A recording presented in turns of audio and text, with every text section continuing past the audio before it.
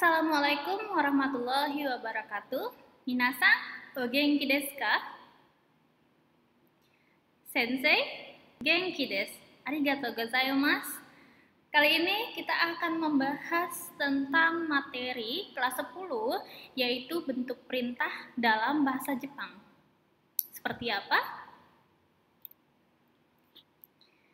Oke, biasanya Sensei akan menggunakan sebuah gerakan agar kalian lebih mudah mengingat berkaitan dengan instruksi di dalam kelas. Namun, karena kita masih daring, kalian bisa memperagakan ini di rumah masing-masing ya. Walaupun virtual, tapi kita tetap dekat di hati. Hai, minasan, di sini terdapat beberapa kosakata yaitu instruksi di dalam kelas. Ada tate kudasai, suate kudasai. Kalian bisa lihat di layar di slide di belakang Sensei.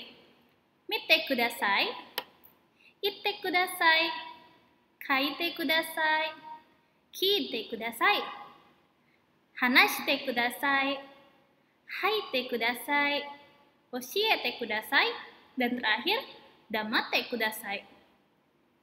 Nah, ini ada huruf hiragana, ada huruf romaji, serta terjemahan ke dalam bahasa Indonesia.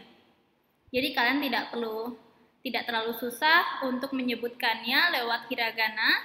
Kalian masih belajar ataupun berlatih mengenal huruf hiragana, maka di sini Sensei tampilkan juga sekaligus dengan cara pengucapannya. Jadi kalian bisa mengucapkan sama seperti Sensei. Tate kudasai, berdiri. Suate kudasai, duduk. Mite kudasai, melihat. Ite kudasai, katakan. Kaite kudasai, menulis. Kiite kudasai, dengarkan. Hanashite kudasai, berbicara. Haite kudasai, silahkan masuk. Oshiete kudasai, tolong ajarkan.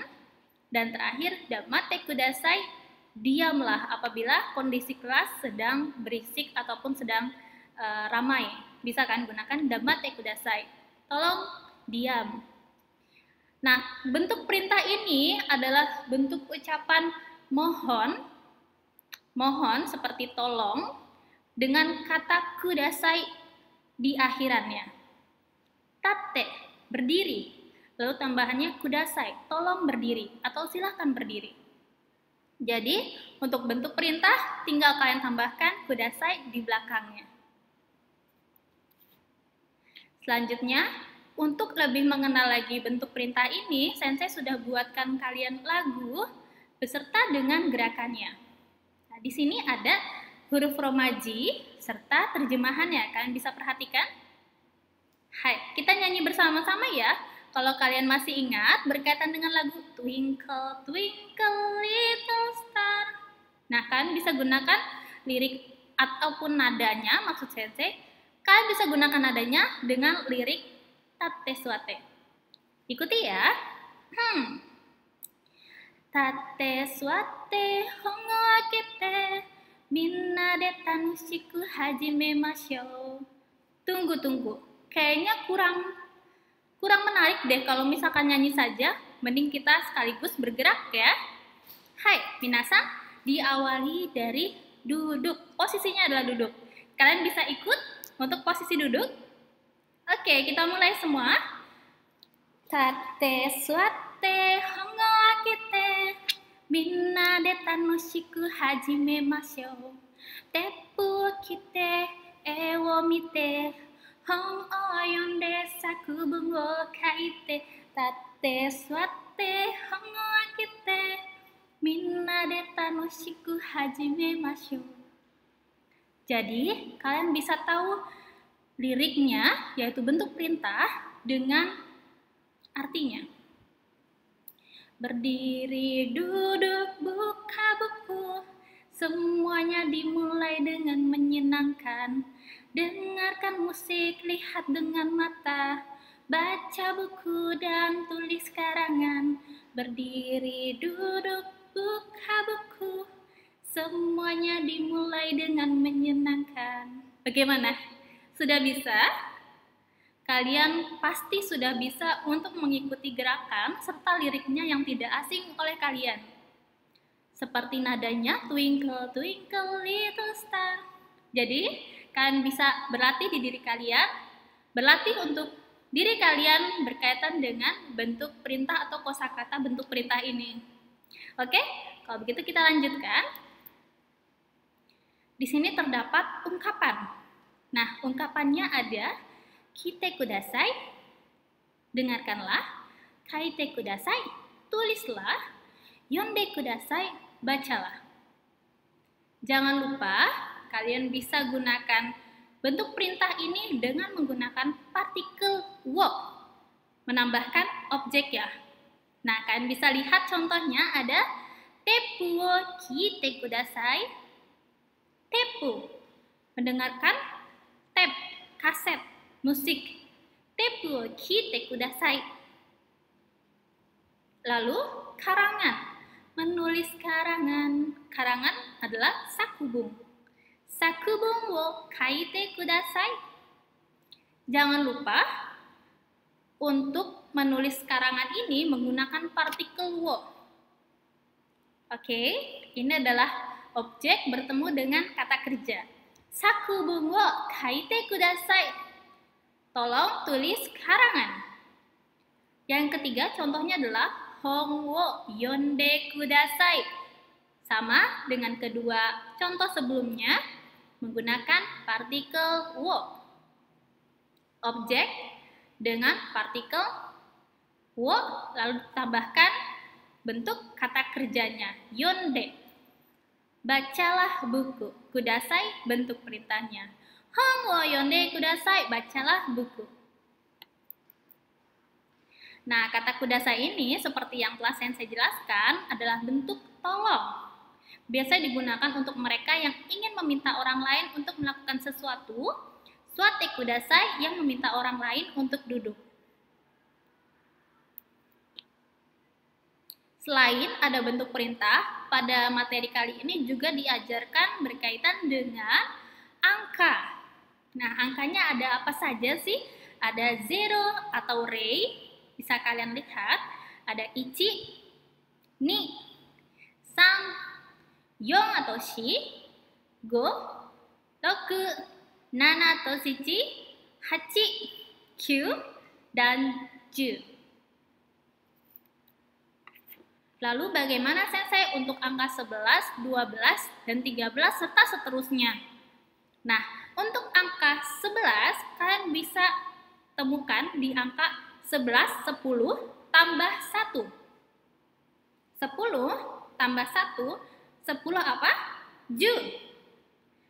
1, ichi. Jika 11 maka ju, ichi. Lalu 10 dengan 2 menjadi 12. Ju, ni. 10 dengan 3 menjadi 13. Ju, san. Ju, yo. Ju, go. Dan seterusnya. Sampai pada kalian bertemu dengan 20, maka kalian akan merubahnya menjadi 2 dan 10. 2, ni. 10, ju. Berarti 20, ni, ju. Bagaimana? Sudah paham untuk angka dalam bahasa Jepang? Mari kita coba lagi. Selain ada angka puluhan, satuan, ada angka satuan dan puluhan, maka kalian berkenalan dengan angka 100, 1000, dan seterusnya di bawah. Ada 100 yaitu hyaku, 1000 sen, 10.000 ichimang, 100.000 jumang, 1 juta hyakumang, 10 juta ada isenmang, 100 juta ada ichioku. Dan kita kembali lagi ke dalam memperkenalkan diri bagian kedua. Nah, sebelumnya sensei sudah menjelaskan kepada kalian cara memperkenalkan diri dalam bentuk singkatnya saja. Ini akan kita tambahkan yaitu panggilan serta nama sekolah, berasal dari mana, serta usia kalian. Oke, bisa kalian perhatikan ini cukup panjang untuk memperkenalkan dirinya dibandingkan perkenalan diri sebelumnya. Nah, sensei harus mengingatkan kalian bahwa perkenalan diri dalam bahasa Jepangnya jiko shokai. Jangan dilupakan ya, jiko shokai. Diawali dengan kata hajime mashite. Ada hajime mashite di atas, ada hajime mashite diawali untuk perkenalan diri ketika kalian pertama kali bertemu. Untuk kedua kali, ketiga kali tidak perlu lagi mengucapkan hajime mashite. Lalu ada watashi no namae wa Santi Sukmawati desu. Nah, ini adalah bentuk sopan menggunakan penutup pola kalimat yaitu des.